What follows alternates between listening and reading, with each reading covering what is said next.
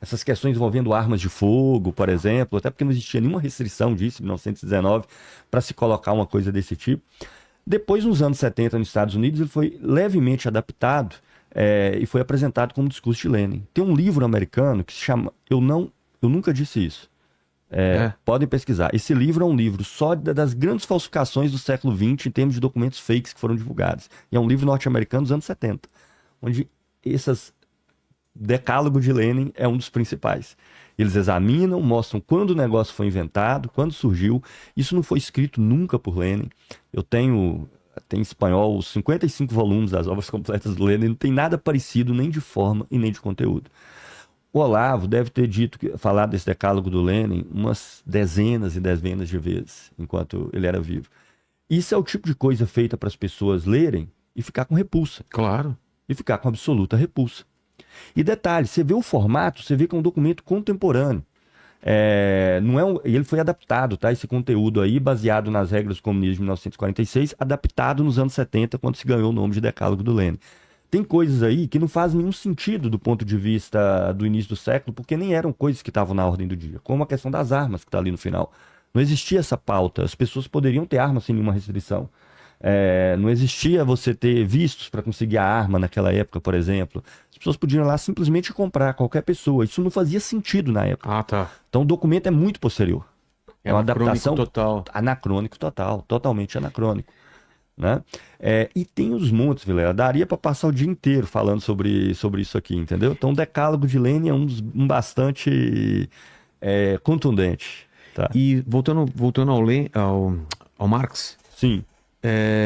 qual a importância dele, então, após a morte dele e a relação dele com o socialismo e com o comunismo, União Soviética e tudo que veio depois? Certo. Então esse é um ponto importante. A visão do Marx, ela é muito específica, tá? Veja, o Marx não criou o socialismo e o comunismo. Já existiam várias organizações que se diziam socialistas e comunistas antes do Marx. Essas ideias já estavam por aí.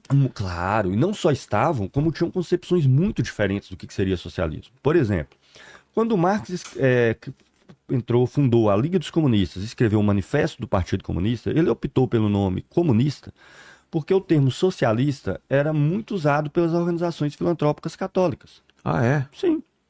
Ele tinha alguma coisa contra essas organizações? Assim, dela fazer... Não era isso o problema. Não queria confundir. Não queria confundir uma coisa com a outra. Então, por exemplo, o termo socialismo era utilizado de forma bastante vaga, no sentido assim, eu quero contribuir para ter menos igualdade social, quero fazer ajudas de qualquer tipo, né? Então... falou, não quero me confundir com essas organizações filantrópicas, porque o que eu tenho a dizer é muito mais do que isso. Ele tem a dizer, inclusive, que não tem como resolver o problema só com filantropia, você tem que ter uma mudança estrutural na sociedade.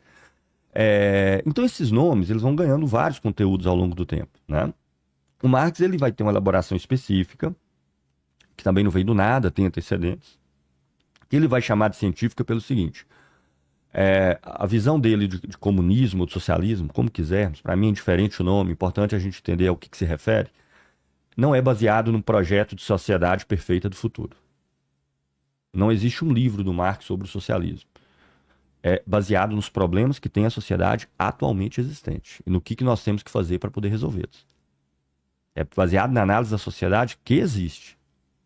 Não é baseado num tipo ideal, num projeto de sociedade futura que uma pessoa criou lá no gabinete e quer convencer o mundo, até porque nunca o mundo mudou por causa de um projeto de sociedade futura. O capitalismo ele não existiu porque um dia surgiram teóricos do capitalismo que sentaram e formularam no livro o que seria o capitalismo, o pessoal olhou assim e falou, que legal. Vamos implantá-lo. Vamos implantar isso aí. Ele surgiu de disputas internas que existiam em sociedades anteriores, onde grupos começaram a se entender, inicialmente por meio do comércio. As revoluções agrárias na Inglaterra começaram a mudar. Então você tinha os caras lá camponeses que viviam ali a vida inteira. De repente você passou a ter contratos de ano em ano e ter alguém que ganhava um lucro arrendando aquela terra. E por aí vai, é uma longa história. Então ele passa estudando o capitalismo. E a revolução que ele se propõe, ela parte do que a sociedade é e das possibilidades que ela contém nesse sentido. Então, essa visão ela pode ser muito resumida claramente, só aí você vê que, como o nome Marx, que é aplicado a quase tudo, na verdade, quase uma organização de esquerda hoje é marxista. Quase nenhuma. Elas podem até reverenciar Marx assim, foi uma figura importante que existiu lá no século XIX. Tem algumas críticas que ele faz que são legais, tá entendendo? Mas o que ele se propôs fazer e o movimento que ele construiu, essas pessoas acreditam que não tem mais validade nos dias de hoje. Porque para ele não tem nenhuma possibilidade de você assumir o Estado e resolver os problemas do capitalismo. Os problemas que ele tem são estruturais e crônicos, ele tem que ser revolucionado. O lugar onde os marxistas se encontram, em primeiro plano, não é no parlamento e no Estado, é nos locais de trabalho, é no interior das fábricas, nos locais de moradia, onde as coisas são produzidas, porque você quer organizar os trabalhadores para que eles possam comandar um processo revolucionário e assumir o comando da sociedade. Quem produz toda a riqueza seja responsável também pela sua distribuição. Então, sim, tem um viés revolucionário que atingiu o grande capital, não é a mercearia da pessoa ali na esquina.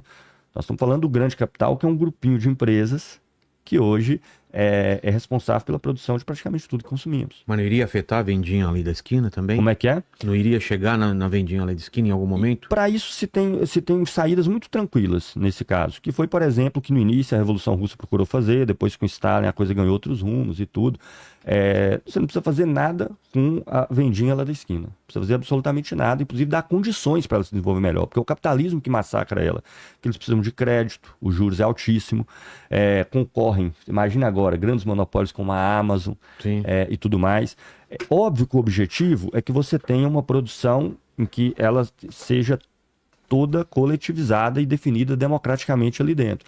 Agora, o objetivo é ganhar a pessoa da vendinha da esquina, que na medida que a produção social estiver dando condições muito melhores do que a vendinha dela, criar condições para que ela possa sair daquilo e aderir ao trabalho organizado de toda a sociedade. E você pode indenizar, inclusive, o meio que ela usava para poder sobreviver, né?